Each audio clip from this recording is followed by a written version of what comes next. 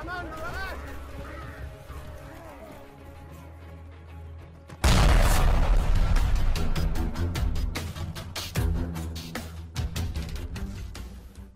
what's going on, everybody? Big J Gleez here, and I just want to let you know that the audibles for the ebook, as well as other formations that I do run, are now downloadable, and you can look in this video right here. It's going to show you basically how to access them and how to download them. But what I want to get into are some Q&A questions that I received based off of messages that I got from Twitter or from comments in the comment section of the videos. So some of the questions that I received were, what team is the best to run this playbook with?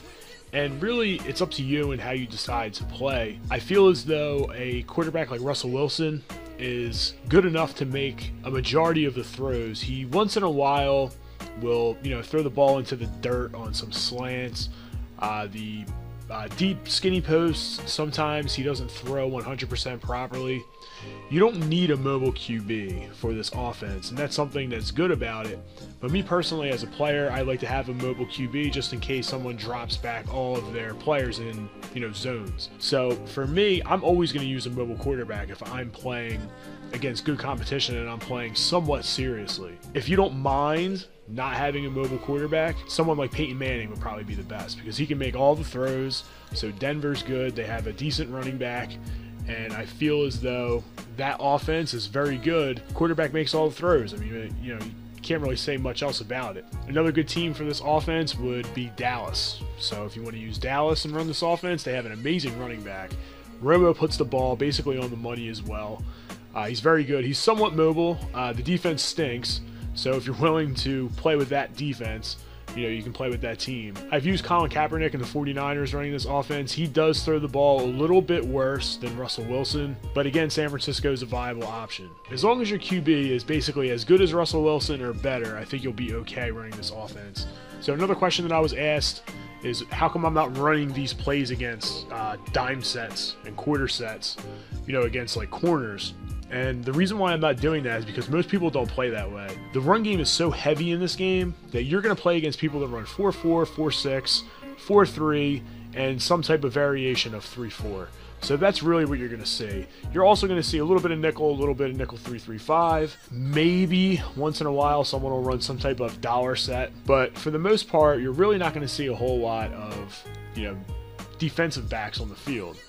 Also, this game is very zone heavy, and the reason why that I choose to play with linebackers is because they're taller, they're bigger, and they're harder to throw over. So those deep patterns over the middle that go in between the linebacker and safety, it's more difficult to throw them and catch them when you have a linebacker underneath that's 6'4", 6'3", versus a DB that's 5'10". So that's another reason why I choose to have linebackers on the field and why most people choose to have linebackers on the field. Another thing also is that when you play a set like dime, or you play a set like quarters or dollar, the zones actually drop a little bit differently, and it leaves the middle of the field quite vacant. And in this year's game, the middle of the field is basically the weakness. So for me to take my zones and move them out of the middle of the field, it just doesn't make sense to me. There are, spot situations where I will run dime, I will run quarters, but for the general play of the game, you're not really going to see that all that often, at least when you play somebody that's good. So that's why I run it mostly against bigger type defenses, the 4-4, 4-6, 4-3. And if you notice also, when someone runs a 3-4, this is another reason why I didn't do a 3-4 breakdown for the run. When someone runs a 3-4, it's some type of variation of a 4-3, unless they leave their, unless they're running odd and they leave their front simply how it is. Basically, if they have a nose. Once that nose shifts, it's a version of a 4-3. It's either 4-3 over, 4-3 under, or 4-3 stack, depending on where they move their players. It could be similar to a 4-4. You could have two linebackers in the middle and two linebackers toward the outside. It all depends on the look that you're getting, but you're just going to have to be able to read that, adjust to that, and know what you're looking at, when you're playing on offense. So you're going to have to be able to count numbers like we went over. I don't think it's that big of an adjustment. So That's why I didn't go over the 3-4 specifically. And if someone's running a whole bunch of 3-4, if you watch my 0-1 trap video, just run trap on them. Just keep running trap. If they're running a 3-4 defense and just leaving it stock, leaving their defensive line just straight up normal, and they have 2 linebackers in the middle, just run the 0-1 trap, because you're going to run that 0-1 trap on them and you're just going to annihilate them. So running a 3-4, or running against a 3-4, I should say, it shouldn't be an issue for you. You should be fine with that. That also brings me to why I don't have 0-1 trap in the audibles. I received that question. That's an audible that I do toy with. So every once in a while, I will take out the inside zone from the tight and I'll put in 0-1 trap. It just depends on the look that I'm getting based off of what the defense is doing. So if I'm getting a lot of 0-1 trap looks, if they're running a lot of 4-4, if they're running a lot of 3-4, things with 2 linebackers in the middle of the field, then yeah, I'll run the trap. It's also good to have people pinch their line. Most people try to pinch their line and shrink them up when you start running that. It makes the counter that much more effective. So I feel like the 0-1 trap is good, but if someone's running like a 4-3 or a 4-6 and they're staying in that all game, you're just not going to be able to run it properly. So it's a run that's very specific to what the defense is doing, and that's why I didn't put it in the audibles. But it's not a play that I don't put in the audibles. It just depends on what type of defense my opponent is running. So I hope that makes sense. Another question that I got was about hashes and why they're important. Well, if you look at the hashes, it changes the field. So the zones drop differently when they're covering the bigger side of the field.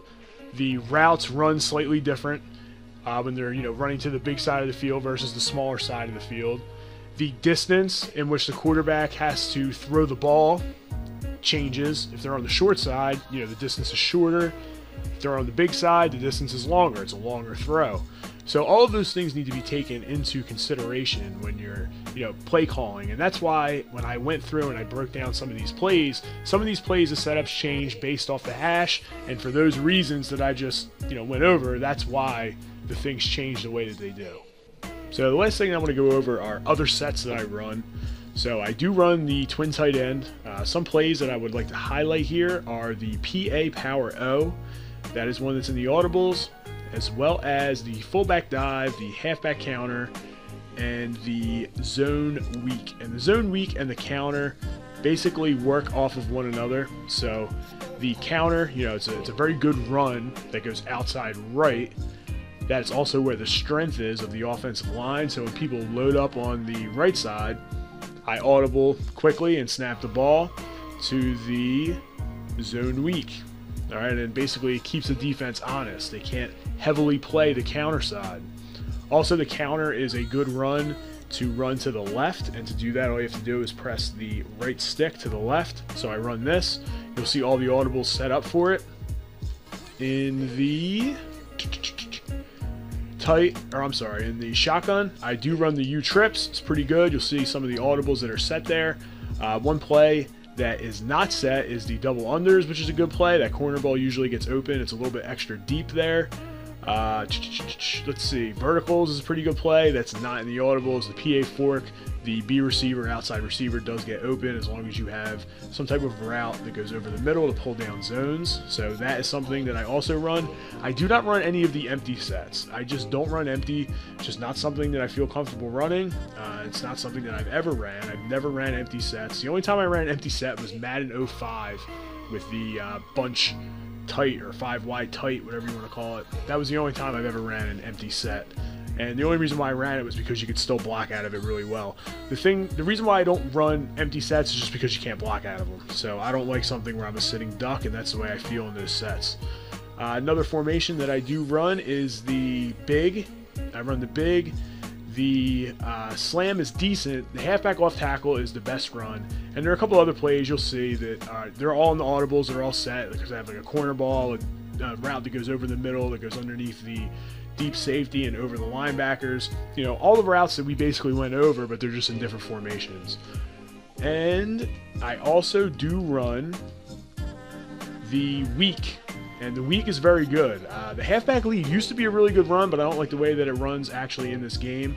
The halfback inside is not bad, but the halfback blast is very good. And the halfback blast is a zone blocking scheme, which makes it even better. Alright, so that is a very good run. You can run it to either side. The toss is decent. It's not bad. It's a pretty good toss. You know, the screen's good. You can put the fullback on a flat pattern to the right, block the halfback. That's one of the ways that I do run that play. You can run it that way. You can run it any way you want. What I'm going to encourage you to do is go through and check out all of these other formations. You know, you can check out the audibles. You can change the audibles, but come up with some stuff on your own. Take the stuff that you learned from the plays that I created, you know, for the shotgun. Look at those, you know, practice them, and implement the stuff that you learned there to other formations, even other books. If you decide, you know, you don't want to run this book and you want to run something else, you're more than welcome to do that as well. So last thing I want to do is send some thank yous out.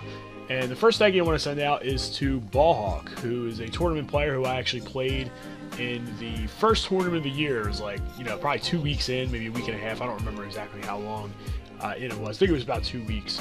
And he busted me up with that wide trap. And the wide trap in this book was something that I always was looking into. And he busted my head open with it. It was a really close game. I did come up with a defense for it second half of the game. And it was close.